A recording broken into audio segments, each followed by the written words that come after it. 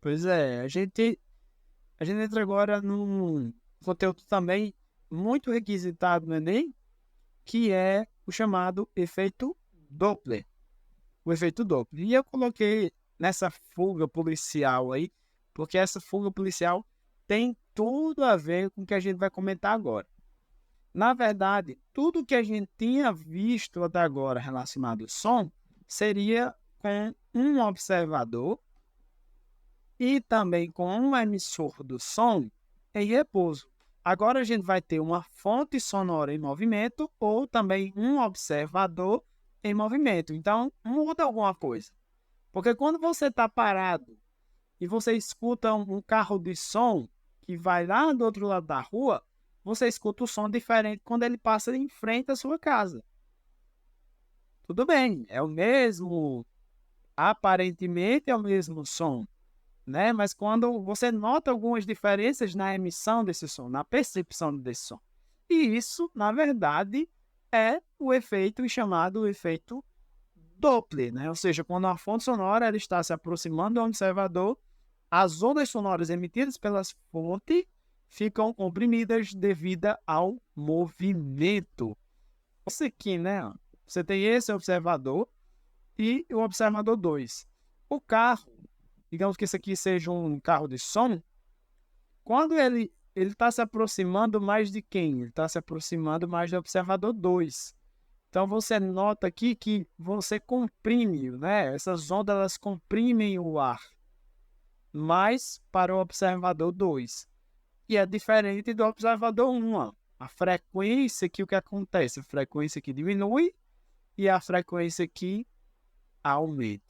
Então, se a frequência aumenta para quem está próximo do carro e para quem está mais distante do carro, essa frequência diminui, o que é que acontece? O que é que a gente pode concluir?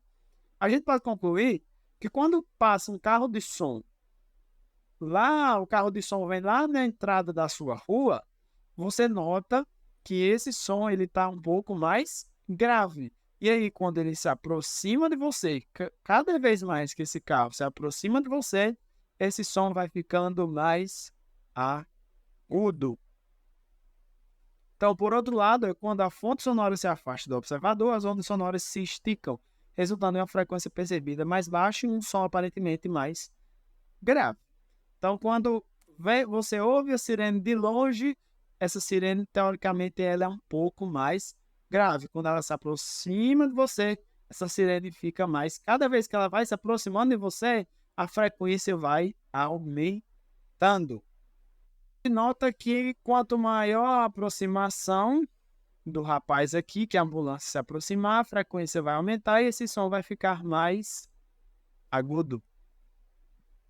Quanto mais distante estiver da mulher, esse som vai ficando mais, quê? Mais grave. A frequência vai diminuir, a frequência dessas ondas, né? Então a gente tem aqui, em relação à aproximação relativa, né? O que acontece? A frequência do observador ela é maior que a frequência da fonte. E aí, lembrando, se a frequência aumenta, o comprimento diminui, né? O comprimento de onda ele vai diminuindo. E vice-versa, quando ele se afasta, quando o afastamento for relativo, o que vai acontecer? A frequência do observador, né? Ela vai diminuir e a frequência da fonte vai aumentar, que é esse caso aqui que a gente tem. E aí o comprimento de onda do observador aumenta, ó, o comprimento de onda aumentou, e o comprimento de onda aqui ele vai diminuir. Então, o carro de Fórmula 1 é um bom exemplo disso também. O carro de Fórmula 1, quando ele vai chegando, vai ficando mais agudo. E quando ele passa por você, está bem agudo. E quando ele vai embora, aquele som vai ficando bem grave. É um bom exemplo também da questão do efeito Doppler.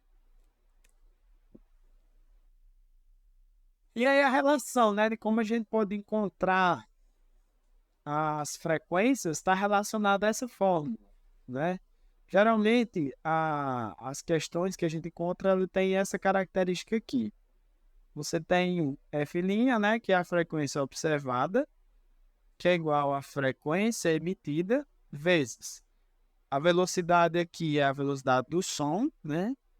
Geralmente as questões dão 340 metros por segundo, mais a velocidade do observador sobre a velocidade do som menos a velocidade da fonte, né? Que emite esse som. Geralmente são esses casos. A gente vai partir agora para os exemplos, né? Em relação à, à fisiologia do som, à acústica e efeito Doppler. É isso que a gente tem que entender. Pelo menos essa é a parte estrutural que a gente deve entender.